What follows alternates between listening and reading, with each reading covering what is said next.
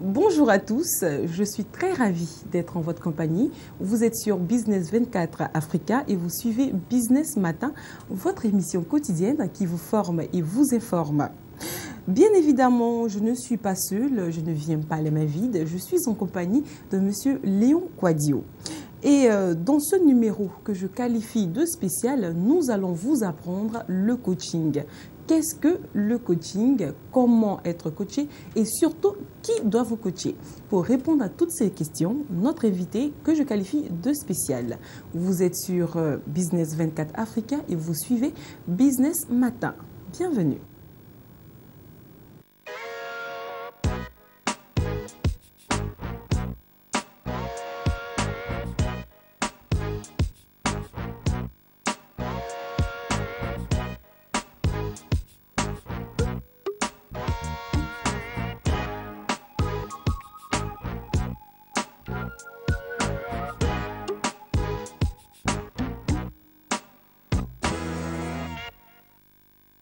Êtes-vous prêts pour le coaching? Nous ici, nous sommes prêts et nous débutons maintenant. Bonjour Monsieur Léon Quadio. Bonjour Noélie. Bienvenue sur le plateau de Business Merci. Matin. Alors dites-nous, le coaching, qu'est-ce que c'est?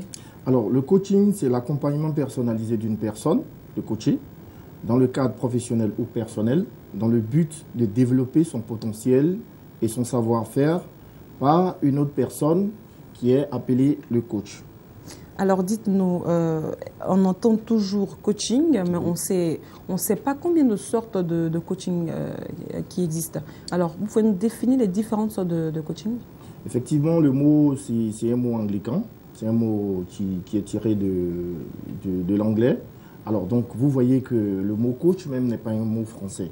Donc, ce mot existait déjà dans les pays anglophones, mais c'est à partir des années 80 que les Français vont l'hériter, n'est-ce pas, de l'anglophone. Et vous allez voir que ce thème va prendre pratiquement tout le monde entier à partir des années 90 et par souci de mondialisation et autres développements rapides que nous avons connus ces dernières années comme l'Internet. Alors nous allons voir ce thème un peu partout et nous allons voir des coachs. Alors vous avez parlé de différentes sortes de coaching. Oui. Alors il y a le coaching professionnel. Alors, il y a le coaching personnel. Alors, le coaching professionnel, on va parler de coaching professionnel. Je vois Néoli qui est journaliste. Alors, donc, elle a besoin d'accroître son potentiel. Alors, donc, elle va faire appel à un coach. Accroître son potentiel dans quel domaine? Parce qu'il y a plusieurs domaines variés de votre métier, par exemple. Oui. Vous voulez devenir reporter de guerre, vous voulez devenir... vous voulez travailler sur un aspect spécifique, n'est-ce pas, de votre métier. Alors donc, vous allez faire appel à un spécialiste qui va venir. Et là, lorsqu'il va venir, il va faire un diagnostic. Comme un médecin, il va faire un diagnostic, il va vous observer attentivement. Alors, généralement, les problèmes que nous avons connaissent les débuts depuis notre enfance. Alors donc, vous allez prendre un enfant qui... Déjà, à son bas âge, ses parents vont lui dire « tu ne vaux rien, tu n'es arrivé à rien » et tout ça.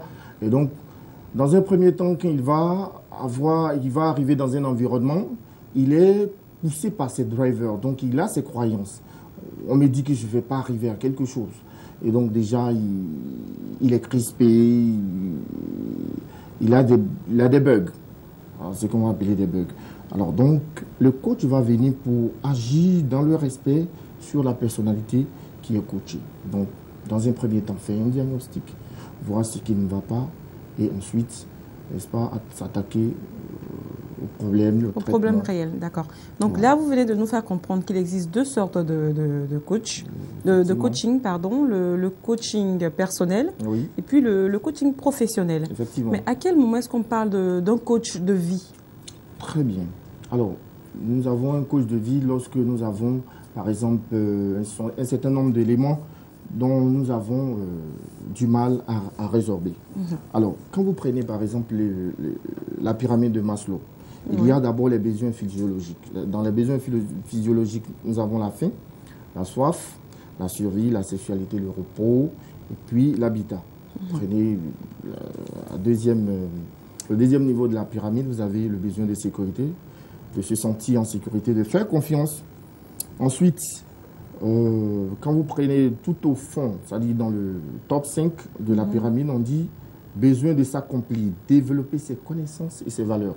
Donc, nous recherchons un développement personnel qui est, lui, l'ensemble des processus psychologiques qui entraînent un jeu pour permettre de satisfaire le besoin d'accomplissement de l'être humain. Donc, nous voulons nous bonifier, nous voulons être bons. Et donc, il faut savoir maîtriser son soi. Vous voyez, il faut savoir maîtriser son être intérieur. Alors, si vous voyez que un journaliste qui stresse beaucoup, ça lui sera très difficile de progresser dans sa carrière. Dans sa carrière, effectivement. Et donc, ce sont des éléments qu'il faut corriger avec le coach. Voilà. Mais alors, pourquoi est-ce que c'est maintenant que nous entendons parler du coaching? Parce que tout à l'heure, vous nous avez fait comprendre que c'est, on va dire, c'est une activité qui existe depuis fort longtemps. Mais pourquoi c'est maintenant que nous entendons parler? Effectivement, ce que je dis, le mot coach existe déjà, les anglophones le pratiquent très bien. Tout à l'heure, nous allons vous citer quelques célèbres coachs. Alors, le français n'a pas ce côté que les Américains, le style gagneur, n'est-ce pas? Le style du winner. Le winner, effectivement, que l'anglophone a. Donc, ce système est né d'abord chez les Anglais, et ensuite, ça va se propager à partir des années 90, par deux Français déjà, et ensuite, ça va gagner un peu. Aujourd'hui, vous avez vous avez des écoles de coaching au niveau de la France, un peu partout, dans les pays francophones et tout ça. Donc, ça apparaît comme une science nouvelle, alors que, je veux dire, ça tire ses sources depuis longtemps chez les Anglais.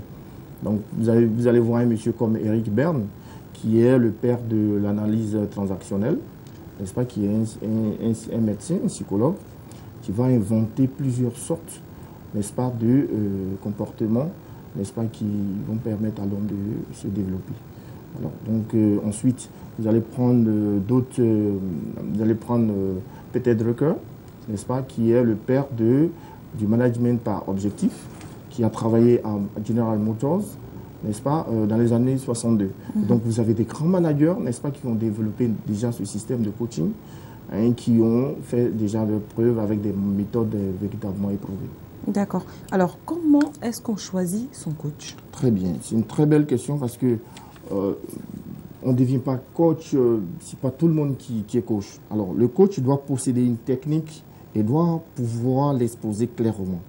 Ce qui, quand vous rencontrez un coach, dès les premiers instants, il doit pouvoir vous énoncer sa technique. D'accord? Donc, premièrement, nous allons explorer 3 domaines. Premier domaine, comment se manifeste le problème? Donc, c'est là le symptôme. D'accord? Quelle est la cause du problème? Donc, je disais tout à l'heure, je suis excellent en classe. Excusez-moi, mais tout à l'heure, vous venez de dire comment se manifeste le problème. Effectivement. Mais si la personne en question qui a besoin d'un coach ne sait même pas qu'il a un problème, comment il fait? Comment on fait pour savoir qu'il y a un problème là, qu'il y a des symptômes? Merci beaucoup, Noélie. Alors, je ne sais pas si vous êtes friand des émissions sur le coach. Alors, vous avez un coach qui est sur une télévision, des chaînes cryptées que je ne vais pas citer, Super Nanny. Alors, donc, cette émission, vous voyez une dame qui vient, des parents qui ont des problèmes avec des enfants rebelles, et qui vient, qui pendant 3 jours va observer le comportement des enfants. Qu'est-ce qu'ils font? Quelle est la réponse que les parents apportent? Quelle est la méthode? Pourquoi ça ne marche pas? Et donc, il va noter de façon méthodique ces choses et ensuite préparer des réponses appropriées, n'est-ce pas, à ces comportements, n'est-ce pas, dans le but de les traiter. Donc, effectivement, le coach, il vient, il fait l'analyse, comme un médecin qui va vous ausculter soigneusement et ensuite proposer un traitement, n'est-ce pas, qui va vous améliorer. Alors, pour quelqu'un qui ne sait pas qu'il a peut-être un problème, est-ce qu'il y a des signes avant-coureurs déjà qu'on peut citer qui peuvent peut-être tirer déjà la sonnette d'alarme? Effectivement, ce que je dis, c'est que déjà, dès le bas âge, nous avons des problèmes. Parce que nos parents, ils nous inhibent, n'est-ce pas, de ce que les Américains appellent les drivers. Les drivers, on va dire, il faut être gentil avec les gens, Si ton pied a cogné le caillou le matin, ça veut dire que tu auras une mauvaise journée. Alors, donc, nous avons des croyances qui nous nuisent. Alors, dès le matin, quand ton pied a cogné un caillou, que tu te dis la journée sera mauvaise, mais forcément, elle sera mauvaise parce que ton cerveau l'a enregistré et ça va traduire tout ton état. Et donc, ça va dépeindre sur toi. Donc, effectivement, comme vous le soulignez, il y a des personnes qui ne savent pas qu'ils ont des problèmes et qu'elles ont des problèmes sinon.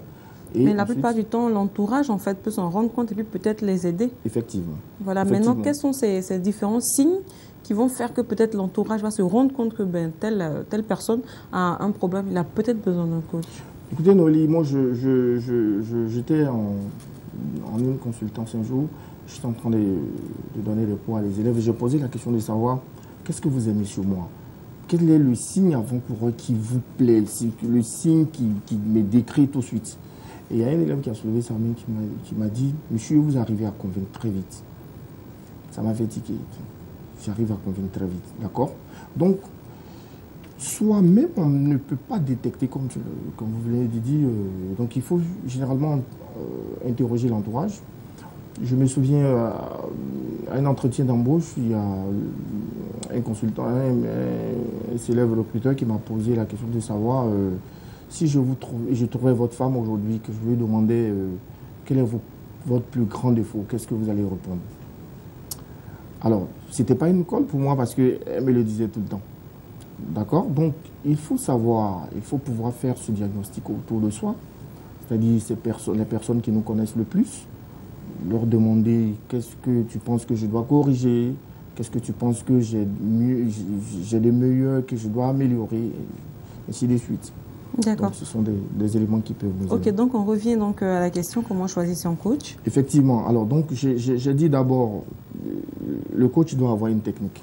D'accord? Donc, le premier domaine, il va venir savoir comment se manifeste le problème. Alors, donc, pour l'exemple que je voulais prendre, c'est quoi? Je suis excellent en classe, voire même le premier. Mais quand on parle d'examen, je perds tous mes moyens. Alors, donc, ça arrive très souvent de voir des enfants qui sont très, très brillants, très excellents. Mais lorsque l'examen arrive, c'est fini, c'est le bug. Le bug total. Voilà, le bug total. Alors, donc, ce qu'il faut chercher à savoir, c'est qu'il prend tellement l'examen au sérieux qu'il perd ses moyens. Il le met au-dessus, il se dit, à un moment donné, si je pars ici, voilà ce qui va se passer et tout ça. Et donc, il va falloir, deuxièmement, dire qu'est-ce que je veux à la place du problème. Donc, se fixer un objectif. Et donc, lorsque mon objectif sera atteint, comment se passeront les choses pour moi? Donc, une fois que ces choses sont analysées, là aussi, il faut de la méthode. Et donc, une fois que tout ce diagnostic est fini, alors le coach va mettre en place un système. D'ailleurs, je voudrais vous prendre un exemple dans le domaine du football. Vous voyez des systèmes, on parle du système 4-4-1, 4-4-2, et ainsi de suite, ainsi de suite. Vous voyez ces grands techniciens qui viennent et qui prennent des équipes, qui arrivent à fractionner ces équipes. Ils font un diagnostic. D'abord, ils ont des cassettes qui visionnent, et ils voient chaque élément, chaque compartiment du jeu.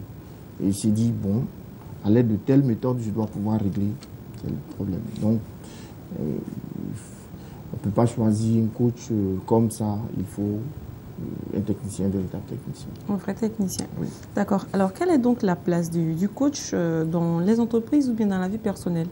Est-ce qu'il représente votre Dieu ou on va dire c'est un simple conseiller? Alors, il faut pouvoir faire la part des choses. Nous sommes dans un monde très compétitif. Donc, il faut le dire, les entreprises ont besoin de coach. Nous, de façon personnelle, nous avons besoin de coach. Moi, j'ai un coach. D'accord. D'accord. Alors, les coachs, comme je l'ai dit tout à l'heure, l'objectif, c'est de nous permettre, n'est-ce pas, de faire ce dont on n'arrive pas à faire le mieux. D'accord? Donc, j'ai pris d'ailleurs votre exemple tout à l'heure. Si on vous demandait de devenir reporter de guerre, ça ne va pas aisé. Et donc, c'est vrai que vous allez faire des formations, il va avoir d'autres éléments, n'est-ce pas, qui vont vous permettre de faire ce travail. Alors, donc, je voudrais vous prendre, par exemple, l'exemple de Anthony Robbins. Tony Robbins, qui est l'un des meilleurs coachs de notre siècle, n'est-ce pas, il est américain. Mm-hmm. Alors, donc, qui, au cours d'un séminaire, a a vu un de ses auditeurs qui a commencé à crier dans tous les sens, je suis dans le noir, je suis dans le noir. Et instantanément, il a réussi à briser le problème que cet auditeur avait. Alors, par quel moyen? Il est arrivé, n'est-ce pas? Dans l'assistance, il y a un psychologue qui a dit il est en train de faire une crise psychotique.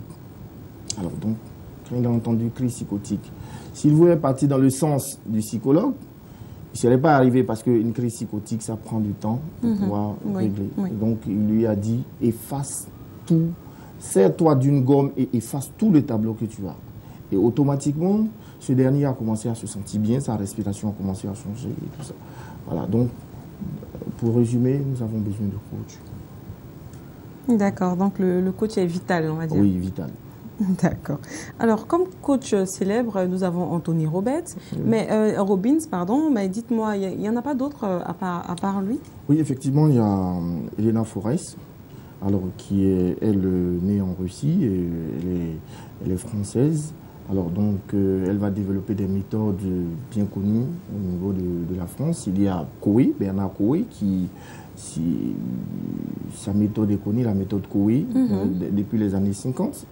Alors, donc, on va citer même des coachs professionnels que nous connaissons tous, les coachs sportifs comme José Mourinho, comme nous connaissons, alors, pourquoi pas en Côte d'Ivoire. Arsène Wenger aussi. Arsène Wenger. Alors, en Côte d'Ivoire, nous avons notre célèbre, l'entraîneur des éléphants, comment il s'appelle déjà, Hervé Renard. Alors, Hervé Renard qui est venu, alors on lui avait dit que l'équipe avait, je crois, une malédiction, je ne sais pas quoi, mais en 6 mois, vous voyez les résultats sont extraordinaires. Et vous voyez dans le Canergie, dans le monde professionnel, il est auteur de best-sellers comme Comment parler en public. Donc il y a beaucoup d'éléments, n'est-ce pas, qui là nous montrent qu'il y a beaucoup de célèbres coachs comme Fabien Capello également. D'accord. Alors, qu'est-ce qu'on peut retenir au final sur le coaching? Ok. Le coaching, comme je le disais, aujourd'hui le monde francophone le prend comme une science nouvelle. Mais il faut dire que dans tous les domaines d'activité, nous avons besoin de coach. Nous avons besoin de coach parce que nous avons une concurrence telle qu'au niveau personnel, nous avons une concurrence parce qu'aujourd'hui, quand vous présentez des CV, alors on cherche qu'est-ce qui fera la différence. D'accord? Quand vous avez le monde professionnel, la concurrence à l'échelle mondiale, on parle de mondialisation. Vous voyez même que sur le marché ivoirien, il y a des entreprises européennes qui viennent concurrencer, n'est-ce pas, des entreprises locales. Donc il faut des coachs, n'est-ce pas, qui vont vous permettre d'atteindre les objectifs que vous vous êtes fixés. Donc dans tous les domaines d'activité. D'accord. Merci beaucoup, Monsieur Léon Kouadio, de votre présence sur notre plateau. Mais avant de vous laisser partir, est-ce que vous avez une anecdote pour nous? Oui, effectivement, je vais prendre l'exemple de Tony Robbins, qui raconte dans son livre le célèbre manager Hyundai, n'est-ce pas, du nom du constructeur, alors qui, lorsqu'il partait à l'école, dormait dans son atelier, qui a mis vraiment du temps, n'est-ce pas, ça met dans la graisse à tout moment. Il voulait seulement fabriquer des pistons de voitures et pour les vendre à la célèbre entreprise Toyota. Alors, toutes ces tentatives étaient vouées à l'échec. D'accord? Donc, il va essayer pendant des mois, il a essuyé des moqueries, n'est-ce pas? Il va se faire coacher, n'est-ce pas? Et après ce coaching réussi, alors vous allez voir que ce monsieur, non seulement il a réussi à fabriquer des segments pour l'entreprise Toyota, mais mieux, il a mis en place une usine. Alors, cette usine va être bombardée pendant la guerre mondiale par 2 fois. Et ensuite, il va fermer boutique. Alors, à la faveur de la reprise, c'est-à-dire la fin de la guerre, il va inventer un moteur pour son vélo. Alors, donc, cette histoire va parcourir non seulement l'Asie, mais le monde entier. Et il va encore reconstruire une usine. Donc, le coaching, par extraordinaire, c'est une science qui, de nos jours, est vitalisante, comme vous l'avez dit tout à l'heure. Donc, je voudrais conseiller à tout le monde, n'est-ce pas, professionnel comme individu, n'est-ce pas, de s'attacher des services d'un coach. D'accord. Merci beaucoup, Monsieur Léon Quasio, d'être venu sur notre plateau. Je vous en prie. Et pour toutes ces informations que vous nous avez confiées aujourd'hui. Et j'espère qu'ils vont beaucoup servir en fait à tous nos téléspectateurs qui suivent très gentiment et très sagement Business Matin tous les jours. Nous continuons Business Matin avec Sylvestre Affery, le professeur informatique de Business Matin, qui va nous parler encore, et comme d'habitude, d'un procédé en matière de compte. Oui, de gestion de compte, lorsqu'on a un souci, je vais dire avec son compte, on peut faire appel à nos amis sur Facebook, des amis, je vais dire, assez intimes, assez personnels, pour pouvoir nous aider à pouvoir rentrer en contact avec notre compte Facebook. Parce que généralement, Facebook a mis en place un dispositif de sécurité pour pouvoir aider les personnes victimes de piratage ou d'oubli de mots de passe à se référer à leurs amis de confiance, pour pouvoir récupérer tous ces problèmes-là, je veux dire, au niveau de leur compte, pour pouvoir régler tous ces problèmes-là au niveau de leur compte. Voilà. Bonjour Sylvestre. Bonjour Noémie. Alors, comment procéder donc? Alors pour cela, il faut cliquer sur la roue ancrée en haut à droite, la roue du réglage, et puis sur le compte. Donc lorsque nous allons sur le compte, nous allons ensuite dans la rubrique sécurité. Une fois dans sécurité, nous partons dans contact de confiance. D'accord. Alors une fois dans contact de confiance, nous avons la possibilité de choisir entre 3 et 5 amis qui pourront débloquer notre compte en cas de souci d'accès. Donc c'est pas compliqué, c'est pas difficile. On peut facilement le faire en moins de 5 minutes. C'est quelque chose qui est déjà fini pour pouvoir récupérer son compte. Donc nos amis qui sont je vais dire, affiliés à ce compte-là pourront nous aider à pouvoir récupérer notre mot de passe ou notre compte lorsque nous avons un problème d'accès sur notre compte. Mais est-ce que c'est possible pour ces amis en question d'accéder à notre compte? Non, pas du tout. Ces amis-là sont comme des références pour pouvoir avoir accès à notre compte lorsque nous avons des problèmes avec notre compte. Mais ces amis-là ne peuvent pas avoir accès à notre compte. Voilà. Donc, il suffit de passer par eux, c'est-à-dire de les mettre, comme je le dis, c'est des amis de confiance. Donc, il suffit de les mettre en copie pour pouvoir débloquer notre compte lorsque nous avons un souci d'accès. D'accord. Merci beaucoup, Sylvestre. Merci à vous. Oui. C'est tout ce que vous avez pour nous aujourd'hui? Oui, effectivement. Et comme on le disait, bientôt, on va essayer de laisser un peu Facebook et puis passer un peu à d'autres choses aussi en matière d'informatique pour pouvoir, je vais dire, éclairer un peu la lanterne de nos téléspectateurs. Et pourquoi pas les coacher? Oui, parce qu'aujourd'hui, nous avons fait un thème sur le coaching. Donc, pourquoi pas les coacher en informatique Oui, c'est cela. Voilà pourquoi je suis le professeur informatique et je suis là pour ça. Toujours fidèle au poste. Merci beaucoup, Sylvestre. Nous sommes en compagnie de Alex Mokhtar qui vient avec Panorama nous parler de 2 pays, je crois. Bonjour à vous. Bonjour Alex. Téléspectateurs, bonjour Noélie. Alors tout de suite, je vais remettre les choses dans leur contexte. On ne parlera pas de pays, malheureusement. Hein. Je sais que vous adorez les voyages et voilà. Mais pour aujourd'hui, on va s'intéresser tout simplement à l'entrepreneuriat et bien sûr s'intéresser aux entrepreneurs africains qui permettent donc à ce continent-là de changer de face tout simplement. Comme j'aime à le dire, les entrepreneurs et surtout les jeunes entrepreneurs africains changent la face du continent. Et moi, j'ai décidé de vous parler des plus performants. Hein. Ils sont nombreux du nord au sud, d'est en ouest, en passant par le centre du continent, qui entreprennent dans divers domaines, à savoir l'immobilier, les services financiers, la construction, comme je l'ai dit tantôt, les médias, la technologie. Mais aujourd'hui, on a décidé de s'intéresser à 2 parmi eux. Pourquoi? Parce qu'ils ont eu, je dirais, des idées toutes simples et novatrices, tout simplement, qui font d'eux, on dira, les jeunes entrepreneurs les plus dynamiques, en tout cas, on dira les meilleurs du continent pour l'heure, pour ainsi dire. Voilà, en parlant donc de dynamisme, on va faire un coucou en même temps à tous nos téléspectateurs de la sous-région, surtout du Sénégal, du Mali, qui nous suivent beaucoup et qui sont très, très présents au niveau de Business Matin. Alors, on fait un gros coucou. Alors, on continue. Alors, après donc ce coucou-là, on va parler bien sûr de Jonathan Liebman, qui lui est sud-africain, tout simplement, qui est promoteur immobilier, qui est âgé de 28 ans. Alors, lui, il fait parler de lui parce qu'il a eu une idée révolutionnaire. Généralement, sous nos tropiques, quand on a des cités qui sont désuètes, des quartiers qui sont pas très propres, qui sont marqués par l'insalubrité ou l'insécurité, on a tendance à les éviter. On dit souvent que ces quartiers-là sont réservés aux gens moins nantis qui y vont pour avoir des maisons à bas coût, tout simplement, malgré l'insécurité et le côté un peu insalubre de la zone. Alors lui, il a eu une idée toute simple. Il a décidé d'utiliser un quartier qui était carrément détérioré, situé en zone industrielle, à Johannesburg, tout simplement, pour construire une nouvelle cité dite révolutionnaire. Alors, cette cité s'appelle la cité de Mobaneng, située tout simplement à Johannesburg, qui est devenue une cité carrément culturelle.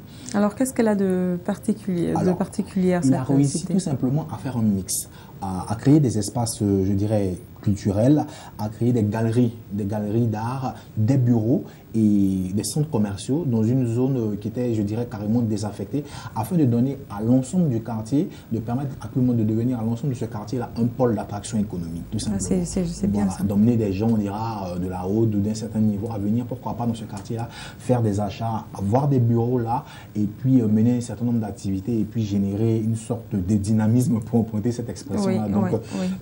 Et redynamiser donc cette vie économique là dans cette cité là, permettant aux gens qui habitent également d'y travailler, pourquoi pas, et de s'y épanouir. Voilà. C'est une idée assez particulière qu'on a l'habitude de voir, je dirais, en Occident, bien sûr, mais pas forcément sous nos tropiques. Voilà. Et juste après lui, on parlera de Patrick Ngoli, qui est lui tanzanien. Alors lui, il est tanzanien et PDG de Helvetic, donc Solar Contractor. Alors moi, j'adore l'histoire de ce jeune entrepreneur. Alors moi aussi, apparemment, parce que tout ce que vous adorez, nous aussi on adore. Alors son histoire, elle est toute simple. Il est à âge 28 qu'il fait. Il commence par prendre un prêt auprès de sa mère, qui n'a pas grand moyen, mais qui lui prête un peu d'argent pour qu'il puisse acheter des téléphones de marque chinoise, donc, et pour qu'il puisse les vendre, tout simplement, comme on le voit ici. Il rentre dans la revente de téléphones. Tout à fait. Alors, très vite, il se rend compte que dans son pays, qui est la Tanzanie, il y a un certain besoin en fourniture d'électricité. Car une partie de la population a de l'électricité, mais pas de façon stable. Il y a parfois des baisses de tension ou pas du tout de fourniture d'électricité. Alors, pour pallier à cela... Attendez. Là, on commence avec les téléphones portables et on finit avec l'électricité. Voilà, c'est là que ça devient intéressant, effectivement. Alors, quand il constate ce manque-là, plutôt que de persévérer dans ce secteur de vente de téléphonie mobile, il se dit, tiens, j'ai mon idée, je vais monter une société, tout simplement, qui va fournir de l'électricité, mais de l'électricité solaire. Produire des panneaux solaires et les vendre, bien sûr, parce que c'est beaucoup plus attractif et on dira moins cher que l'électricité habituelle. Et bien, bien lui en a pris, donc il finit par monter cette entreprise-là qui devient aujourd'hui la première entreprise tanzanienne sur tout le nord de la Tanzanie à pouvoir fournir de l'électricité aux populations. Et récemment, son entreprise vient d'ailleurs d'avoir un chiffre d'affaires de 3 millions de dollars de revenus en ce qui concerne ses activités de l'année dernière. Ah, ça, c'est chic. Mais voilà. Il a permis tout simplement à la population, une partie de la population, d'avoir de l'électricité, ce qui, bien sûr, a son avantage. Donc, et derrière, il fait beaucoup d'argent, tout simplement, car son entreprise est de plus en plus prospère.